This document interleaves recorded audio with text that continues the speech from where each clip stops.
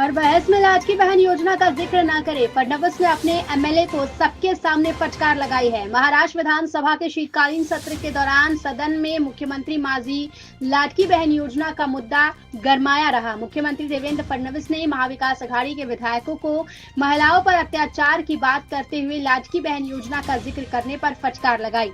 उसके बाद सत्ताधारी बीजेपी के विधायक और मुख्यमंत्री फडणवीस के भरोसेमंद अभिमन्यु पवार ने भी गैर कानूनी शराब की बिक्री की बात करते हुए लाडली बहन योजना का जिक्र कर दिया। इससे मुख्यमंत्री नाराज हो गए और वे विधायक पवार को डांटते हुए दिखाई दिए।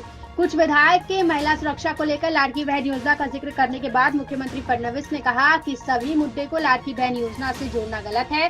2.5 करोड़ लाडली बहनों ने इस स्कीम को स्वीकारा है। मुख्यमंत्री ने कहा इस स्कीम से महिलाओं की सुरक्षा के सभी उपाय किए जाएंगे।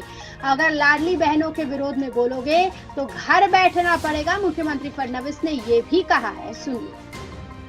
आणि इतिवृत्त माझ्याकडे आहे, इतिवृत्त तुम्हाला पाठवून देतो। या इतिवृत्त अजूनही कारवाई ना अध्यक्ष महोदय, हे खरं तर अत्यंत चिंतेचा विषय आहे। ग्रामीण भागातल्या प्रत्येक आमदाराचा हा विषय, माझा एकट्याचा नाही आहे, हा विषय सामाजिक आहे। हा विषय अध्यक्ष महोदय ग्रामीण भागातल्या आमदारांना विचार, त्यांना रोज काय त्रास होतोय, कुठे गेलं तर आमच्या महिला भगिनी आमच्या दारूबद्दल विचारतात। अध्यक्ष महोदय, आपण लाडक्या बहिणी म्हणतो, लाडक्या बहिणीचं दुःख जे काय असेल तर अवैध दारूवर आळा घालण्याचं दुःख आहे। अध्यक्ष महोदय, दुरुस्ती करण्याची आवश्यकता आहे। आपण बैठक घेतली, आपण निर्देश दिले एक्साइज डिपार्टमेंटला, फूड अँड ड्रग्सला, होम डिपार्टमेंटला। आपण अध्यक्षांनी निर्देश देऊन सुद्धा काय होत नसेल अध्यक्ष महोदय, तर हे चिंतेचा विषय आहे अध्यक्ष महोदय, आपण निर्देश दिलेले आहेत तरी काय होत नाही, हा चिंतेचा विषय अध्यक्ष महोदय, चिंतेचा विषय आहे। अध्यक्ष महोदय, पुन्हा सदस्यांना सांगतो, प्रत्येक गोष्टीत लाडकी बहीण आणू नका, लाडक्या बहिणीच्या विरोधात जाऊ नका, घरी बसावं लागेल।